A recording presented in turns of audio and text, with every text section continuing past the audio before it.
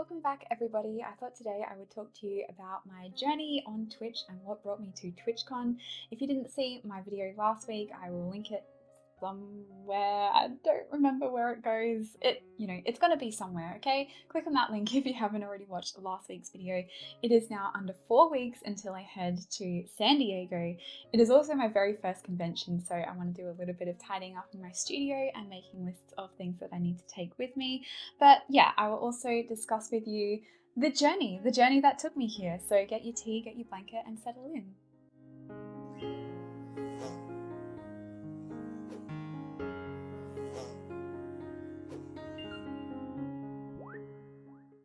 I want to take you on a little bit of a journey from what got me started into art to then going to YouTube to then going to Twitch to now getting to the point where I can go to TwitchCon as an artist in the Artist Alley. I'm super excited about that.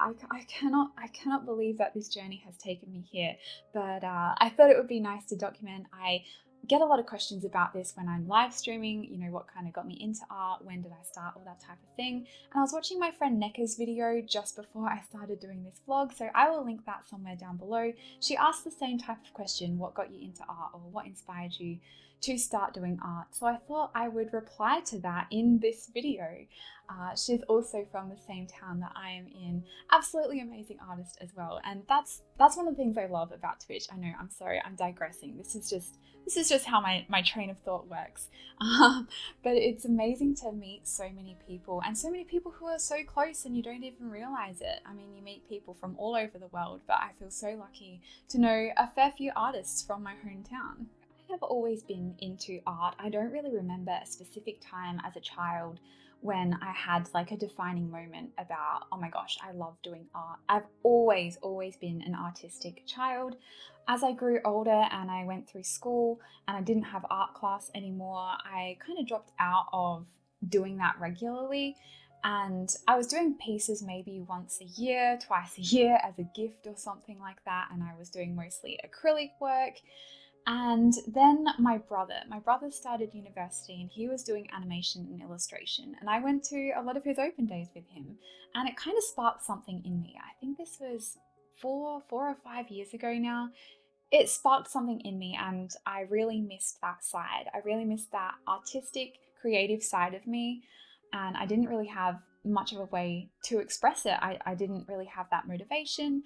I didn't have that drive. So I thought, you know what, I'm going to challenge myself to 30 days of art.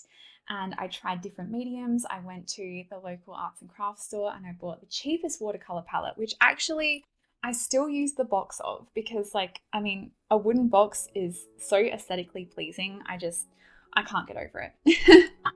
I can't get around to using one of those metal tins. It's just the noise of it is no, and I like the wooden box. Anyway, I'm digressing. I do that so often. But yeah, it was like $20 or something like that. There were those really chalky, tiny paints, and I started doing pet portraits. The first pet portrait I did was my cat Marty. I think that was on something really early, like day 4 or 5. And other people saw that, my friends saw that and wanted me to start doing their pets as well. I started uploading on Instagram. That was the first social media that I guess put myself out there on. And people started wanting my art. They wanted me to paint their pets. And once I had got a little bit of skill behind me, I started my name. I changed my name to Galacticat. So yeah, that was around like 4 or 5 years ago. I've been using the name Galacticat. Holy cow. It is crazy. It's crazy to think about the timeline of things. But yeah, I would do their pets, and then I challenged myself to 30 days of dogs, which is where my journey to YouTube came in. I decided that I would film every single day of my 30 days of dogs. So I was also using Facebook a lot at the time. I had the Facebook page, which like a lot of my client base used. That's how I was found a lot on Facebook, because a lot of word of mouth, a lot of mums that knew other mums. My mum knew this mum who knew that mum, and that's how I got a lot of my business in the start. Hey, thanks mum. But yeah, I was on Facebook. I put out a post that asked people to show me a photo of their dog, and I chose 30 dogs out of that list, and I painted them. I painted each and every one of them over here on YouTube. So they were my first my first real videos, I guess, my first series of videos. And I made sure to upload pretty much every week until I changed to Twitch. So my content on YouTube is still mostly here for you guys to be able to see. I did do a few vlogs which are not there anymore because, oh my gosh, they're so cringy and awkward. And I know in another 5 years, I'm probably going to watch this one and think, oh my gosh, you're so cringy and awkward. But honestly, I do believe that doing Twitch has made me a little more open to the camera and able to talk to just this, little circle. But, I know that I'm talking to all of you guys, so I can just envision you watching it. So, hi. Anyway, getting back on track. My journey to Twitch. So, one of my friends who was already doing Twitch at the time was like, you should do your art on here. I didn't really know what Twitch was. I think I had it at one point to watch someone do, I don't know, some stream about, I think it was like a D&D stream, but I didn't really understand the platform. I wasn't really on the platform. It was kind of on in the background. And then my friend had started Twitch, and I had honestly, until recently, forgotten that I had an account before my friend started Twitch. And they were streaming every day, and it was really nice to have them there. It was really nice to have kind of like a presence almost. I don't get out of the house too much, and I speak about this a lot on my streams, but I'm definitely the type of person who, when I have to make plans with somebody, as much as I want to see that person, I want to interact with my friends, I enjoy their company, but that takes out my whole day. So, my friend will say, I'm coming over at 12 o'clock. So I have to think, well, I have to be awake at this time so I can get this, and this done. And then if I get that done by 10:30, from 10:30 to 12 o'clock, I'm not doing anything because my brain stops, because I'm anticipating the fact that my friend is coming over at 12 o'clock. And if I've done all of the stuff I need to do, there's nothing that I can start that I'm going to be happy to stop while they're there. And so then, my friend will stay until maybe 4 o'clock. Who knows? So then at the end of that day, I don't have any kind of plans because, my brain just works like that. So it was really nice to be on Twitch and to have that presence of a friend being there. And I didn't even watch what they were doing. They were playing some game, but I would not be able to tell you how to play that game or what that game was about because I was there for the chat. I was there for them. And that's what I tell a lot of people that are asking about streaming, which is a whole other video. So I will make a video about that, about how to get into streaming and what people are looking for. But honestly, I just really enjoy the community. I enjoyed the interaction. So this friend of mine, they told me that the art side of Twitch was a thing, and I had no idea because I thought Twitch was about games, and a lot of people do. Even now when I tell them I live stream on Twitch, they think, well, that's games. What games do you play? And I'm like, well, I do art. I do my traditional art on Twitch. So I had no idea, and up until that point I'd watched one or kind of two people's streams. I finally got myself a webcam. I had no idea what I was doing. I opened my MacBook, I was streaming from my MacBook, and I pressed go live. And I had no idea what I was doing, but I had fun while I was doing it. There's a few things that I wish that I would have done differently, such as saving my first VOD. I was clueless. I had no idea what a VOD even was at this time. This is how clueless I was. I honestly, this website was foreign to me. It was just my friend that said, you should stream your art. And I just went all in and did it. And that's essentially how I got here. But the steps in between that have been mind-blowing. I was mentioning a little bit earlier about the people that I have met on the platform. For example, the people that are around me that I had no idea even existed in the art world. And the people that are overseas, such as my fiance now, I got a lot of support from his community and a lot of the other people that had been to TwitchCon in 2019. I knew that TwitchCon wasn't going to be a thing because of the whole, pandemic, but I hoped that one day that would be me. And one day I would be able to say, I've been to TwitchCon, and that is this year. So another point that I wanted to bring up was inspiration and what inspired me to keep creating different pieces of art and what inspired me to keep going on Twitch. Something that I didn't really have on YouTube, which was that motivation, I guess. That inspiration wasn't there. It was to keep myself accountable, and whilst I really enjoyed being on the platform and I enjoyed the people that would come to my videos every single upload that I made, I wasn't really making a community. And that was where Twitch was completely different. I started building a community, and that was crazy to me. The fact that people would come every single stream. I stream 3 times a week. Every single stream, people would tune in. The same people would tune in, and they would be supporting me. And they would, once I reached affiliate, which was, I think, within a week, or at least within a month, I reached affiliate on Twitch. It was really, really quick for me because I had a lot of support already from my friend who was already the streamer, the one that got me into doing streaming. But it really, really surprised me that these people that I didn't know would come into my chat and talk to me and interact with me. And a lot of these people are still there 2 years later. I have some amazing support, such as my fiance Freakmeister, my friend Xfile is on there, Dobby, which I knew her outside of Twitch, but I met her from Twitch and she supported me the entire time as well. It's mind-blowing to see the people come back every single week. And I notice those people. As a streamer, I can't speak for all streamers, but as a streamer, if that person hasn't come around for a while, we do wonder. It's like, we're not sad that they're not there. We know that life happens, but we start to become friends with you as well.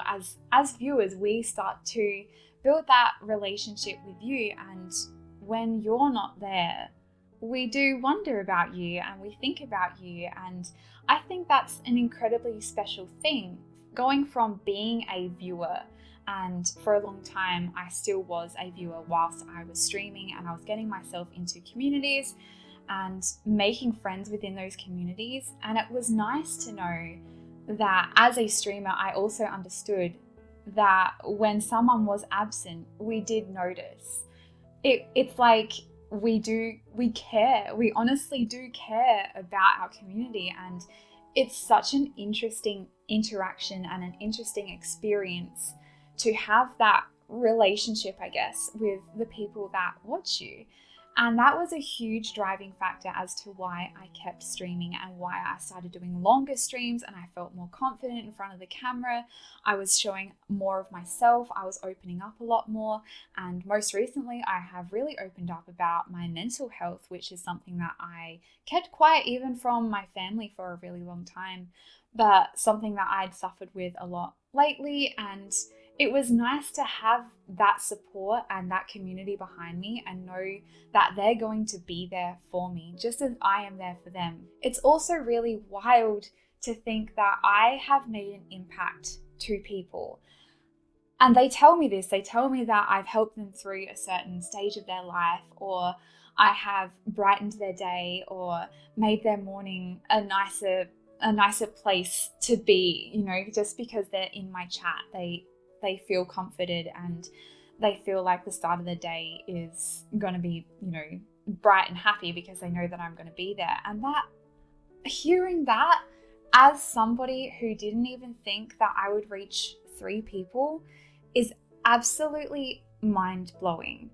And to have that opportunity to go to a convention for that platform that I have created so many meaningful contacts on, not just in my chat, but around the streaming community, as I was saying before, about the other artists that I have found on there, and even not just artists, people that are doing other content. I was doing Sims for a little while in between my artwork, so I made friends in that community as well. And it's so loving and inclusive, and I feel so privileged. I feel really, really privileged that I have had this opportunity, that I am alive in this time to be able to create that content and to be able to reach those specific people, and then to be able to meet some of them in person is, I cannot wrap my head around it. I know that I say that a lot, and I know that I do that a lot, and I just, I kind of, I'm trying to make sense of it, and I stutter over my words, but honestly, it blows my mind. It really does. The fact that I am going to sell my artwork, show my artwork to all these people, meet new people on the platform that I probably have never heard of before, because it just keeps going. The community that I am in is all pretty close-knit.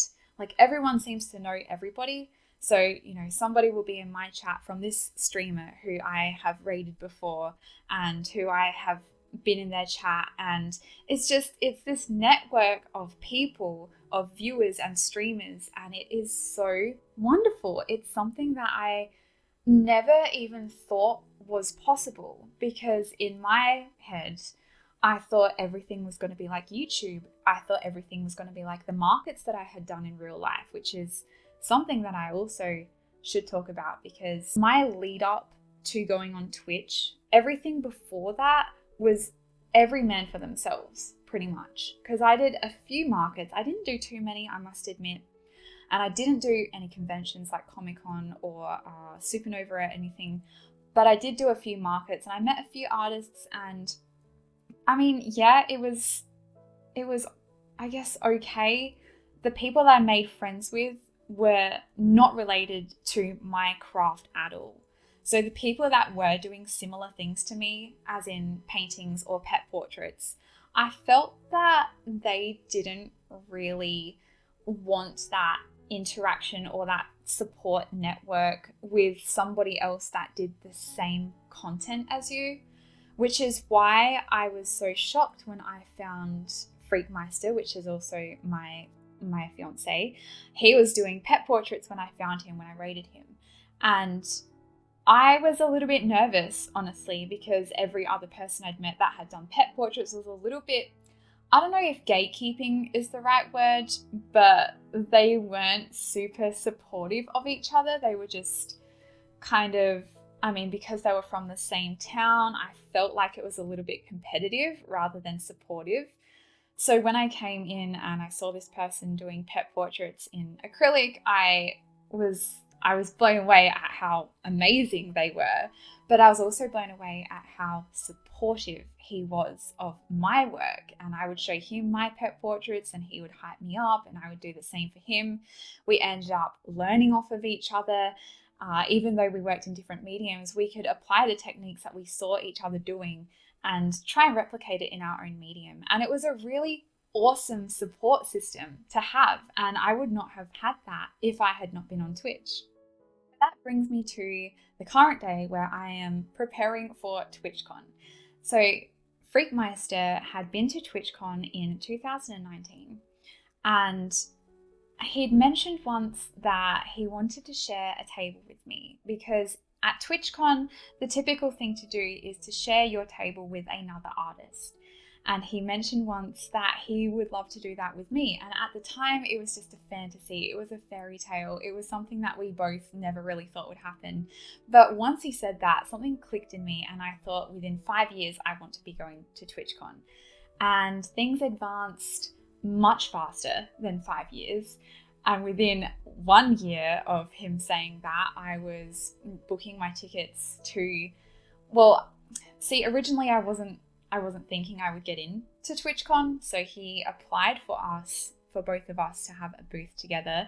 And we didn't hear back until August. But by then I'd already booked my 2.5-month trip over to the US to spend time with him and his family. Again, something that I thought would never happen in my life. But once we heard back from TwitchCon that we had been accepted into the Artist Alley, we changed my flights. So instead of flying to Minnesota, I was going to fly to San Diego. And it's pretty much the weekend that I get there. I will get in on a Thursday at 10:30 in the morning, have to go directly to the convention center to set up and pick up my TwitchCon badge. And then Friday, Saturday, Sunday is the convention, and we fly back to Minnesota on Monday. It is going to be an intense weekend, but I am so shocked that I am actually experiencing this, and it does not feel real yet. It really doesn't feel real, and I don't think it's going to feel real until I'm actually there, until I'm actually standing in San Diego and I'm preparing for the convention. I can't wrap my head around it. Again, I cannot comprehend the turn of events that my life has taken. It is absolutely crazy. I honestly can't believe it. And everyone that has supported me, not just on Twitch, but here on YouTube as well, that has gotten me to where I am. Because essentially every single view that I've ever had on YouTube, every single viewer that I've had on Twitch, every single follow, every single subscribe, that has driven me. And I want to create content for you guys. That was my ultimate goal. I just wanted to make one person smile. And if I could do that, my job was done. But now I have the opportunity to meet so many people and make so many people smile. And I just, it's so emotional. Honestly, it's such an emotional journey. And I never even thought that I would be able to travel, let alone travel to a convention for a job, I guess you could say, that I've dreamed of doing since I was a child. I always wanted to be an artist. I never really thought that content creation was going to be a thing because, obviously it wasn't back in the 2000s. But now that I am a content creator and an artist and I have that platform, I'm so proud of myself. I know that if I were able to look at myself from the past and see where I have come, I would be so proud of myself.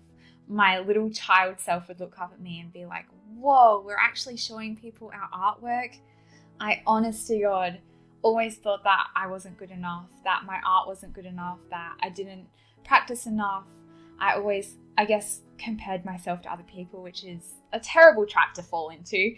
But it's just, it blows my mind. It really blows my mind.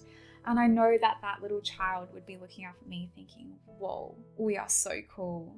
Coming back to comparing yourself to other people, that's definitely something I did struggle with during my journey on Twitch. I was there because I wanted to keep myself accountable, not because I wanted to make something of myself. I just wanted to do my art, and I was doing Pokemon and I was doing the same kind of content that I was doing here on YouTube. To me, it wasn't anything super spectacular.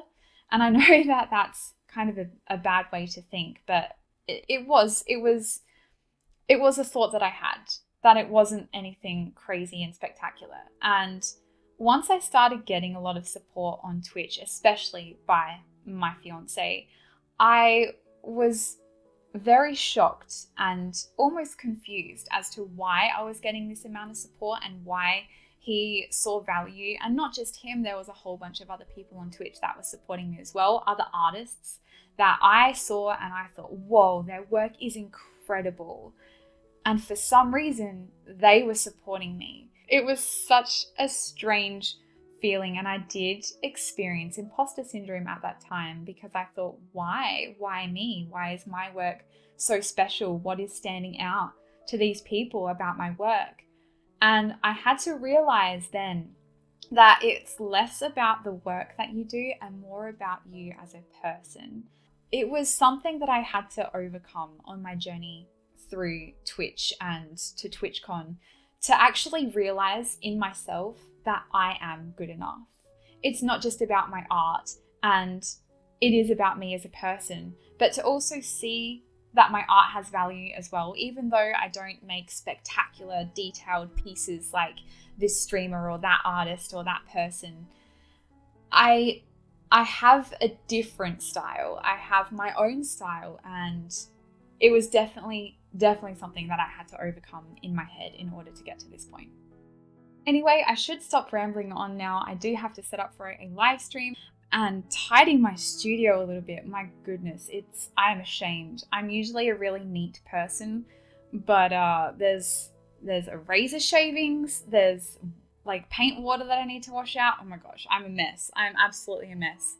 And I also will get that list written for things I need to take to TwitchCon. So settle in and enjoy the rest of the video, all that cool stuff, and I will see you in the next one. Bye!